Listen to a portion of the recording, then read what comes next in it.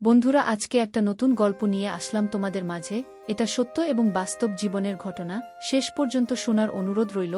শুনলে তোমার মধু চলে আসবে। দেরি না করে চলো শুরু করা যাক। আমি যখন অষ্টম শ্রেণীতে পড়ি, প্রায় প্রতিদিনই আমার ছোট ভাই আমার সাথে খারাপ আচরণ করার চেষ্টা করত। আমি তাকে অনেক বোঝাতাম, অনেক বারণ করতাম, কিন্তু সে আমার কোনো কথাই বুঝত না। সে আমার সাথে কেমন জানি উন্মাদ পাগলের মতো আচরণ করত।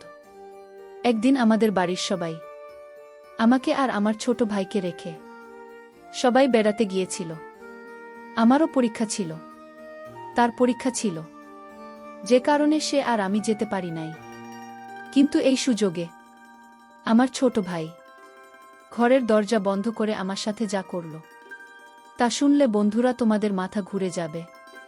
বন্ধুরা, গল্পটি অনেক ইন্টারেস্টিং। আশা করি তোমরা পুরো গল্পটি খুব মনোযোগ সহকারে শুনবে। তবে গল্পটি শুরু করার পূর্বে তোমাদের নিকট আমার একটি ছোট্ট অনুরোধ, তোমরা অবশ্যই আমার চ্যানেলটি সাবস্ক্রাইব করে আমাকে সাপোর্ট করবে। হ্যালো বন্ধুরা, আমি রিমা। আমি যখন খুব ছোট তখন আমার বাবা মারা যায়। আমার মা অন্য আরেকজনকে বিয়ে করে সেই ঘরে আমার ছোট একটি সৎ ভাই ছিল। ছোট ভাই আমার সাথে সবসময় খারাপ আচরণ করার চেষ্টা করত। ব্যাপারটা আমার ভাল লাগত না, আর ভয়ে কাউকে কিছু বলতেও পারতাম না। আমি ব্যাপারটা আমার মাকে বলি, মা উল্টে আমায় বকা দেয়। তারপর থেকে আমি ভয়ে কাউকে কিছু বলিনি। অষ্টম শ্রেণীতে ওঠার পর একদিন বাড়িতে কেউ ছিল না, ওই সবাই দাওয়াত খেতে গেছে।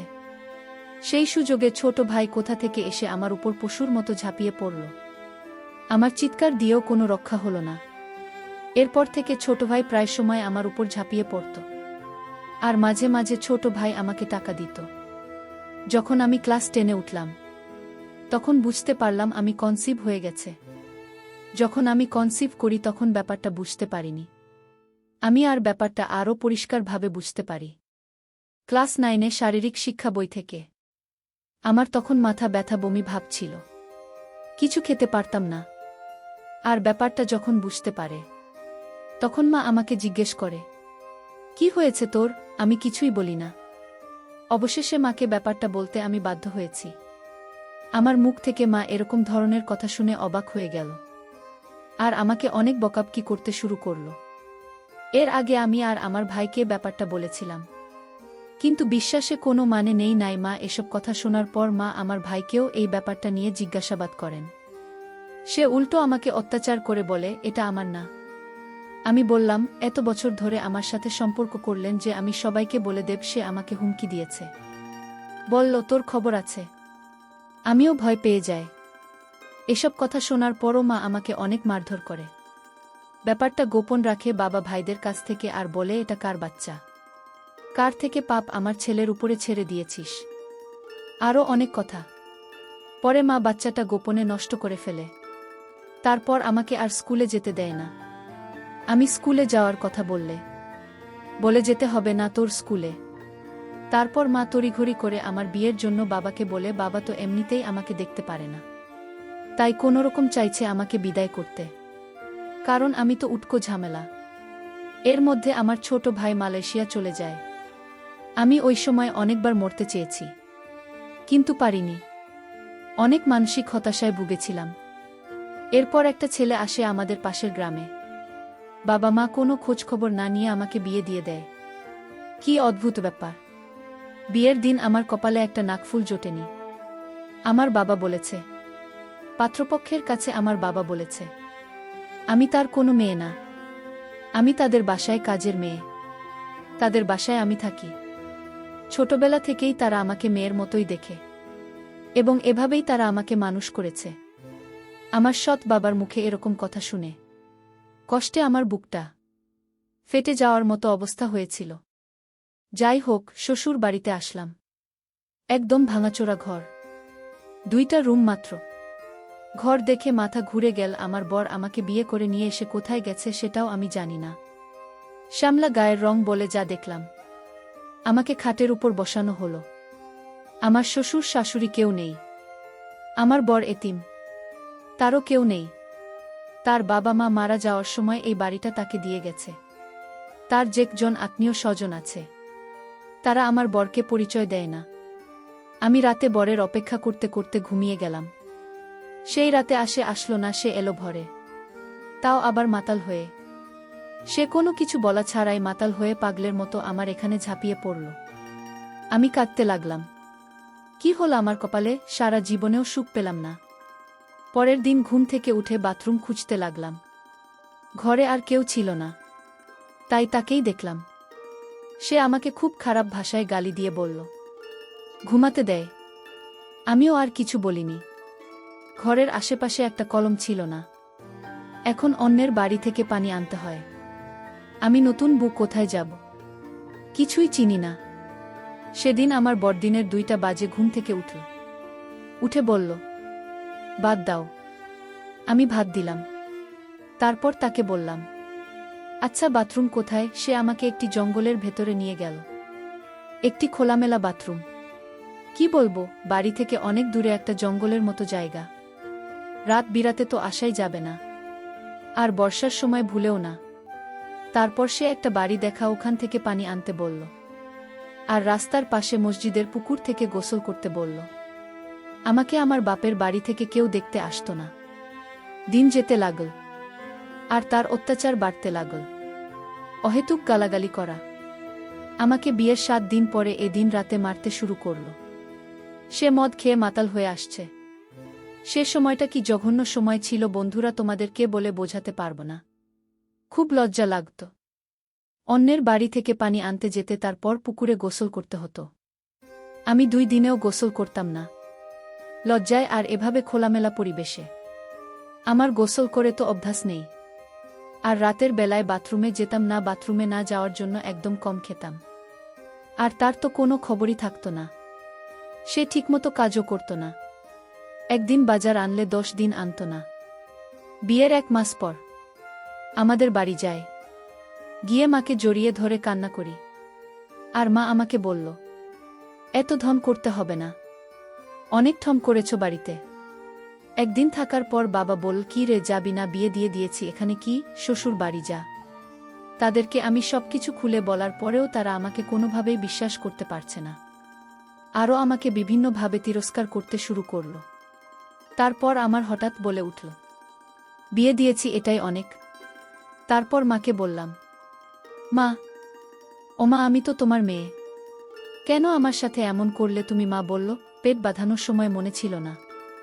আমি এটা বলতে পারলাম না যে বাহিরের মানুষ না, ঘরের মানুষই এই কাজ করেছে।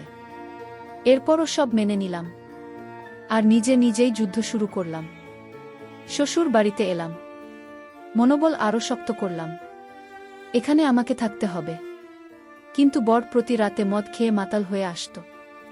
বিয়ের 1 মাস পর চালের কথা বললাম। ঘরের চাল ডাল কিছু ছিল না। চালের কথা বলার সাথে সাথে মারত, বলতো কাজ করে থাকা। আমি বিয়ের 1 মাস পর থেকেই মানুষের বাড়িতে কাজ করতাম। তারা যা দিত, চাল ডাল, তাই খেতাম। আমার মা আমার একবারও খোঁজ নেয়নি। মানুষের ধান ছাড়া বাড়ি ঘর মুছে, এক কথায় দাসীর কাজ করতাম। আর এতে তারা যা দিত তাই খেতাম, কারণ আমার স্বামী বাজার করত না, আর সে কাজও করত না। বিয়ের সময় আমাকে আমার বাপের বাড়ি থেকে 1 জোড়া কানের দুল আর চেইন দেয়। একদিন সন্ধ্যাবেলায় এসে বলে, তোমার চিন্তা দাও তো। সাধারণত সে সন্ধ্যাবেলায় কখনো বাড়ি আসে না। আমি সরল বিশ্বাসে তাকে চেনটা দিয়ে দিলাম, কারণ সে তো আমার স্বামী, আর এই দুনিয়াতে সে ছাড়া আমার কেউ নাই। তাকে বিশ্বাস না করে তো আমার উপায়ও নাই। সে যখন মাতাল হয়ে বাড়ি ফিরে, আমি তাকে কিছু বললাম না। সকালে চীনের কথা জিজ্ঞেস করতেই আমাকে বলে, তোর বাড়ি থেকে আমাকে 1000 টাকা ছাড়া আর কি দিয়েছে। আমিও মার খেয়ে পড়ে রইলাম। কি বলব, কিছু বলার শক্তি এবং সাহস কোনোটাই আমার ছিল না। আর প্রায় সে আমাকে যৌতুকের জন্য নির্যাতন করত না। পারতাম বাঁচতে আর না পারতাম মরতে। মানুষের বাড়িতে সারাদিন কাজ করার পরেও ঘরে এসে আমাকে কাজ করতে হতো। রান্নার জন্য লাকড়ি আর পাতাটাও আমাকে খুঁজে আনতে হতো। সে একদিন কাজে গেলে 10 দিন যেত না, আর মদ খেয়ে থাকা সব শেষ করে ফেলতে। আমি আমার কানের দুল জোড়া লুকিয়ে রাখলাম। এরপর একদিন রাতে সে একটা বন্ধুকে নিয়ে আসে, সাথে তারা খাওয়ার জন্য কত কি আনে। আমিও খেললাম, আমার খুব মজা লাগল। কিন্তু এর কিছুক্ষণ পরেই আমার খুব ঘুম আসলো। ঘুম থেকে উঠে অনুভব করলাম আমার শরীরে খুব ব্যথার জন্য উঠতেও পারছিলাম না। আর সেদিন কাজেও গেলাম না। মানুষের বাড়ি থেকে খাবার পানি আনতে গেলে তারা অনেক রকম কথা বলতো। অনেক সময় কলে তালা মেরে দিত। তারপর নানা রকম কটু কথা বলতো। আর সবাই আমাকে নিয়ে অনেক আফসোস করতে। সবাই আমাকে নিয়ে আফসোস করত। আর বলতো, কি সুন্দর একটা মেয়ে অথচ একটা মদখোর, গাঁজাখোরের সাথে বিয়ে হয়েছে, মেয়েটার দুর্ভাগ্য বটে। আমার বরকে এলাকার সকলেরই মনের মতো ঘরমদি বলে ডাকত। আমার বরের নাম ছিল মতিন, কিন্তু কেউ তাকে মতিন বলে ডাকত না। সবাই তাকে মদখোর মতি বলে ডাকত। এলাকার সবাই তাকে মুখ্যমন্ত্রী হিসেবে চিনে। যাই হোক বন্ধুরা, সেই দিন রাতে তার বন্ধুকে নিয়ে আসার পর আমি জানি না আমার সাথে কি হয়েছিল, কিন্তু আমার শরীরের সকালে ঘুম থেকে উঠে প্রচুর ব্যথা হয়েছিল। মনে হয়েছিল আমার সাথে ভিন্ন রকম কিছু হয়েছে। তারপর থেকে প্রায় সময় আমার বরের সেই বন্ধুটা আসত। আর সে যেদিন আসত সেদিন আমার খুব ঘুম আসত। তো একদিন সন্ধ্যাবেলায় আমার বরের বন্ধুরা আমার ঘরে আসে, আমাকে খুব খারাপ আচরণ করার চেষ্টা করে। সেটা আমি আবার আমার বরকে বলি। তখন বরের বন্ধু আমায় উত্তর দেয়, প্রতিদিন তো আমি তোমার সাথে এসব করি, তুমি আর কি বুঝতে পারো না? কারণ তুমি ঘুমের মধ্যে থাকো, তখন সমস্যা হয় না। আমি আমার বরের বন্ধুর মুখ থেকে এসব কথা শুনে খুব ঘাবড়ে গেলাম। আর বললাম, এসবের মানে কি? আপনি এসব কি বলছেন? তারপর বরের বন্ধু আমার বরের সামনে খুব বাজে, খুব নোংরা আচরণ করার চেষ্টা করছে। আমার বর এসব কিছু দেখার পরেও তাকে কিছু বলছে না। তখন আমার চোখ দিয়ে আপনা আপনি জল বেরিয়ে আসছে। তারপরেও আমার স্বামীকে আমি বললাম, দেখো, এই লোকটা তোমার সামনে আমাকে আমার সাথে কি রকম নোংরা আচরণ করার চেষ্টা করছে। তুমি একটা কিছু বল, আমি কাঁদলে আমাকে অনেক মারে। আর বলে সে এমনি এমনি আমায় স্পর্শ করে না, তার জন্য নাকি আমাকে টাকা দেয়। এরপর থেকে বন্ধুটি প্রায় আসত। আমি কোনো রকম প্রতিবাদ করলে আমার স্বামী আমার কোনো কথাই শুনল না, বরং উল্টো আমাকে মারধর করতে শুরু করল। তারপর হঠাৎ আমার বরের বন্ধুর মুখ থেকে কথাগুলো বেরিয়ে আসলো। আমাকে বলল, সুন্দরী মা, তোমার বর প্রতিদিন তোমাকে টাকার জন্য মারধর করত। তোমার বর মদ খাওয়ার জন্য টাকা পেত না, আর এজন্য আমি তোমার বরকে প্রতিদিন টাকা দিতাম। কিন্তু তোমার বর আমার টাকা পরিশোধ করতে পারত না, বিধায় তোমাকে দিয়ে আমি তার রসুল নিতাম। আর সবচেয়ে বড় কথা হলো, রিমা, তোমাকে দেখে আমার খুব মায়া লাগত। তো এই জন্যই তোমার বরকে আমি টাকা দিতাম, বিনিময়ে তোমার কাছ থেকে আমি একটু সুযোগ সুবিধা নেওয়ার আশায়। তুমি এমন করো কেন রিমা? একটু মজা করি তো চলে যাব। আমার তো আর কোনো উপায় ছিল না। তারপর আমার বাধ্য হয়ে তার সাথে এসব করতে হয়েছে। আমাকে কিছুদিন পর দেখলাম আরও নতুন নতুন লোকের আমদানি বিষয়। আমার কাছে খুবই খারাপ লেগেছিল, কিন্তু আমার তো আর কোনো উপায় ছিল না। বাধ্যতামূলক হয়ে আমি ভিন্ন জগতের প্রতীক হয়ে গেলাম। মানুষ থেকে মানুষে পরিণত হলাম। আমাদের বাড়ি ছিল গভীর জঙ্গলের ভিতরে। প্রতিদিন আমাদের ঘরে নতুন নতুন মানুষ আসত। ভিন্ন রূপে অনেক টাকার ছড়াছড়ি হতো আমার ঘরে। তারপর আমায় আমার বর বলল, এভাবে টাকা জমালে আর 1 বছরের মধ্যে টাকা জোগাড় হয়ে যাবে। সেদিন নিজের উপর অনেক ঘৃণা চলে আসলো। তা বলার মতো না। এরকম অমানবিক নির্যাতন কত সহজে করা যায়। প্রতিদিন 4 থেকে 5 জন হায়না রূপে আমাকে আক্রমণ করে। মনের দুঃখে ঘৃণা আমি তাদের এখান থেকে চলে আসলাম। আমার বাড়ির পাশে এক চাচির অনেক অসুখ থাকায় তাদের বাড়িতে রাখতে থাকি। সেই রাতে আমার ঘরে গ্রামে চেয়ারম্যানের লোক এসে আমার বরসহ সবাইকে ধরে নিয়ে যায়, আর জুয়া খেলার জন্য সবাইকে অনেক মারে। সেটা আবার আমি শুনি। চেয়ারম্যানের লোকেরা যখন তাকে ধরে নিয়ে যায় আর মারে, তখন আমি চেয়ারম্যানের কাছে ছুটে যাই। চেয়ারম্যান টাকা চায় আমার কাছে। আমার বরের বন্ধুদের ছেড়ে দেয়, কারণ ওরা চেয়ারম্যানকে টাকা দিয়ে দেয়। আমার কাছে 5,000 টাকা চাইল, কিন্তু আমার কাছে তো এত টাকা নাই। এরপর আমার কানের দুল বেচে টাকা দিয়ে তাকে ছাড়াই, কারণ শত হলে তো আমার স্বামী, সে ছাড়া তো আমার এই জগতে আর কেউ নেই। মার খাওয়ার পর সে বেশ কিছুদিন অসুস্থ ছিল। ভাল হওয়ার পর চেয়ারম্যান খবর পাঠায়, বলে তোর বুকে কিছুদিন আমাদের কাছে পাঠা, তোকে টাকা দেব। এরপর আমার বর আমাকে চেয়ারম্যানের কাছে পাঠায়। খুব লজ্জার বিষয়, চেয়ারম্যানের কাছে 2 দিন ছিলাম। এরপর ওখান থেকে এসে বলি, তোর সাথে আর সংসার করব না একই কথা বলে আমি রাগে ক্রোধে বাপের বাড়ি চলে আসলাম। তাই 2 বছর পর বাপের বাড়ি যায়। যাওয়ার সময় খালি হাতে যায়। টাকা ছিল না। নাস্তা পানি কোথা থেকে নেব? এরপর মা আমাকে দেখে এক প্রকার তীরে আসলো। কিছু বললাম না। গিয়ে দেখি আমার বড় ভাই বিয়ে করেছে। তার বউ আবার গর্ভবতী। সে আমার মাকে জিজ্ঞেস করছে। মা ওকে তো আমার মা উত্তর দেয়, আমাদের ঘরে কাজ করত। মা আমাকে নিজের মেয়ে বলে পরিচয় দেননি। এরপর মা আমাকে বলে, দুপুরে খেয়ে যাবি নাকি? এখনই যাবি? আমি আর কিছু বলিনি। শ্বশুর বাড়ি চলে আসি। আসার পর বর আমাকে খুব মারে আর বলে, মাত্র জায়গা দিল না, গেলে কেন? আরও বলল, আমার ঘর ছাড়া তোর আর কি কোথাও জায়গা হবে? আরও অনেক বাজে বাজে গালাগালি করল। সে রাতে মরতে চেয়েছি, কিন্তু সাহস পাইনি। গ্রামের মোটামুটি সবাই আমাকে খারাপ বলতো, তেমন কেউ মিশতে চাইত না। আর এদিকে আমার বর বাড়ি বন্ধক দিয়ে জমিদারের কাছ থেকে টাকা এনেছিল 80,000। জমিদারের লোকেরা আমাকে অনেক গালিগালাজ করে গেল আর বলে গেল, খুব তাড়াতাড়ি হলেও টাকা পরিশোধ করে দিয়ে দিতাম, নইলে তারা তোমাদের বাড়ি দখল নেবে। বোর্ড আসলো। আমি জিজ্ঞেস করলাম, উনাদের টাকা দিলে না? বলল, জুয়া খেলে হেরে গিয়েছি, টাকা নেই। কোথা থেকে দেব? সমস্যা নাই, আজকে 10 জন আসবে, 5 করে দিলে 5,000 হবে। তুই শুধু 2 দিন একটু কষ্ট করবি, তাদেরকে একটু ভালো করে খুশি করবি। বিশ্বাস করো বন্ধুরা, সে রাতে অমানবিক নির্যাতনের শিকার হয়েছি। আমার শরীর অসুস্থ হয়ে পড়ে। আমার বড় মানুষটা আমার অসুস্থতা দেখেও রাতে পরের দিন রাতে আরও 3 জন আনন। তারা কোনো কিছুই মানল না। অনেক কেঁদেছি, চিৎকার করেছি, উল্টে অনেকগুলো মার খেতে হলো। আমার বর মাতাল, সে কি বুঝবে? তারপর আর জানি না, নিজেকে হাসপাতালে দেখতে পেলাম। এক আয়া বলল, আমাকে নাকি ভোর 4টা বাজে হাসপাতালে এনেছে। অজ্ঞান অবস্থায় আমার বর আসলো। আমি তখনও কথা বলতে পারছিলাম না। সে আমায় বলল, নাটক করে উল্টো কত টাকা খরচ করছিস।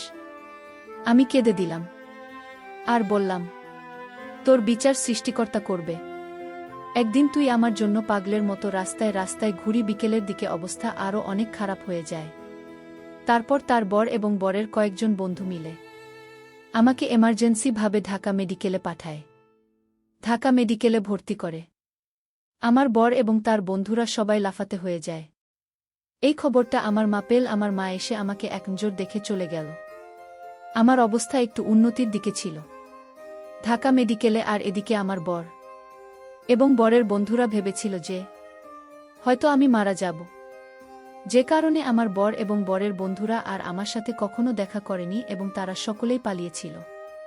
আর এদিকে আমার মা ও যে একবার দেখা করে এসেছিল আর আমার কোনো খোঁজ খবরই নেয়নি।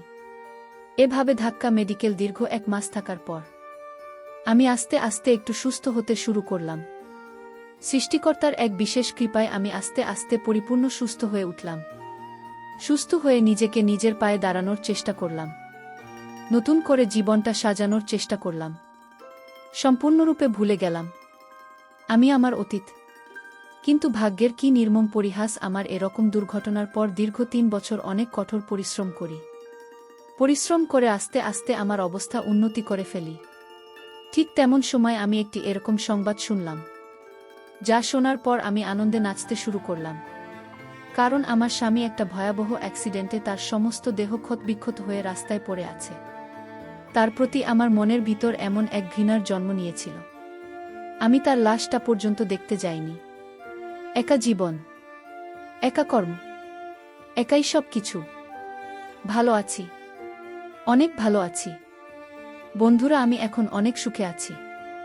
যে সুখের কোনো সীমা নেই। এরকম পাষণ্ড স্বামী থাকার চেয়ে একা থাকাই উত্তম। বন্ধুরা, গল্পটি থেকে তোমরা কি বুঝতে পারলে আমাকে অবশ্যই তোমরা কমেন্ট করে জানাবে। বন্ধুরা, আজকে এই পর্যন্তই। আবারও আসব তোমাদের মধ্যে নতুন কোনো ভিডিও নিয়ে। ভিডিওটি যদি তোমাদের ভালো লাগে তাহলে একটি লাইক দাও। প্রতিদিন আমি তোমাদেরকে একটা করে নতুন গল্প উপহার দিব। তাই তোমাদেরকে অনুরোধ করে বলছি, তোমরা যদি এরকম ধরনের ইন্টারেস্টিং গল্প পেতে চাও তাহলে দয়া করে আমার চ্যানেলটি সাবস্ক্রাইব করো। পরিশেষে তোমাদের সকলের সুস্বাস্থ্য কামনা করি। ভিডিওটি দেখার জন্য তোমাদের সকলকে অসংখ্য ধন্যবাদ।